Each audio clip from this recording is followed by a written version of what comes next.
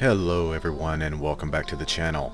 This is Scotch bringing you another video that will make your Warcraft playing experience a little easier. Hopefully, by the end you'll be feeling more comfortable about stepping into a raid setting. Any raid setting, especially if you're newer to the raiding scene. First things first, I am a casual player these days. It has been many moons since I had the time necessary to devote to a 3 or 4 night a week raiding schedule. May Alune bless those that can do it, but a full-time job and a family has a tendency to alter one's gaming habits, so those days are long gone for this guy. However, having said that, WoW has been evolving in recent years, and over the last few expansions, to the point where it is now easier than ever before to actually dive into a raiding atmosphere, with a limited timetable, and still be successful. This video will show all of us dirty casuals just how easy it is to do a couple of little things that will take you a long way in a raid group, whether it be LFR, normal, or even heroic. Mythic raiding is a different beast altogether, and the few things I'm going to talk about in this video are expected, no, they're actually demanded in a Mythic raiding group. You may or may not know that I posted a Castle Nathria normal mode guide a few days ago. If you haven't seen it, definitely check it out. The link should be showing up right about now on screen. The success we had, and more importantly, the fun we had, prompted me to at least try and get my shiznit together and be a little more prepared the next time we jumped in to clear the instance. No one wants to be the guy or gal that sheepishly pipes up in comms to say that he or she doesn't have any food, nor any potions or flasks. No one wants to be in that position.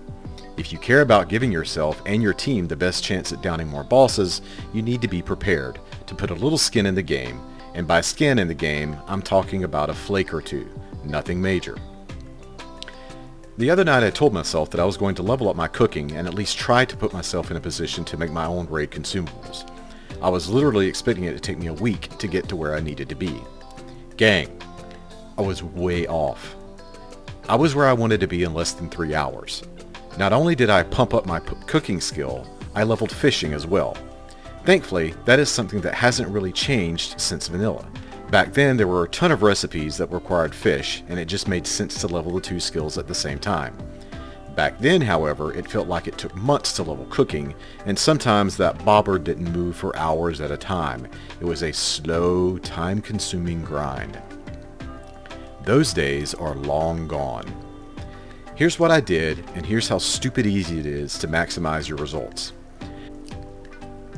I hadn't touched cooking or fishing for several expansions, so I took my hunter over to Oribos and I learned the Shadowlands version of both professions. I also spent 50 gold on the rare fishing pole you can pick up from the fishing vendor. Keep in mind, this isn't necessary, but it bumps up your fishing skill and it increases your chances of catching bait for certain fish. Again, not necessary, but every little bit helps. The first 2 cooking recipes you'll learn are for biscuits and caviar and pickled meat smoothies. Yeah, I know. They sound barf-inducing, but thankfully we don't have to taste the things we make or eat in-game. Right out of the gate I made a mistake, one that cost me about an hour of time. I chose to farm the mats for pickled meat smoothie. First, its main ingredient is ethereal meat. So I hopped on one of the electric worms, flew to Bastion, and started killing everything that could have possibly had meat attached to its bones. It was horrible. The drop rate is atrocious. It instantly reminded me of those thousands of zebras in the old barrens that mysteriously had no hooves. The average drop rate for me was about 1 piece of meat for every 9 kills. It seriously took me an hour to get 10 pieces of meat. Do not go this route. Instead, use that nice shiny fishing pole you just bought and start slinging bait. You will be amazed at the difference. I honestly don't know if Blizzard jacked up their fish catching rate, but damn, it was so much easier to get the necessary mats for the fish recipes. At times it felt like I was the Pied Piper of the North Atlantic. I played my flute and the fish kept jumping into my bags. The bait used for specific fish is nice. It has a 30-minute buff time, but certainly not necessary. Nor is finding pools to fish in. I think I found and used 2 during my entire experience. The rest of the time I was just casting in regular water. On average I caught about 4 of the appropriate fish I needed per minute. It felt like it took longer to travel between the zones than it did to catch what I needed. Speaking of zones, each one has a particular fish attached to it. All of them can net you the lost soul fish. But in Bastion, you'll find the silvergill pike. In Maldraxxus, you'll find the pocked bonefish. In Ardenweald, you'll find the iridescent amberjack. And in Rivendreth, you'll catch the spined fin piranha. You'll also have a chance to catch the rare Elysian Thade, which will be used in feast prep later on, in all 4 zones, so hang on to them. At the beginning of the experiment, I decided that I wanted to get to the point where I could make spined fin souffle and fries for my hunter, which has a nice plus 30 critical strike rating. I was expecting it to take me a few days. I was there in a couple of hours. It may be even quicker for your goals. The souffle and fries gives crit, and a cooking skill of 45 is needed to buy it. But plus 30 haste food is available at 40, as is plus 30 versatility.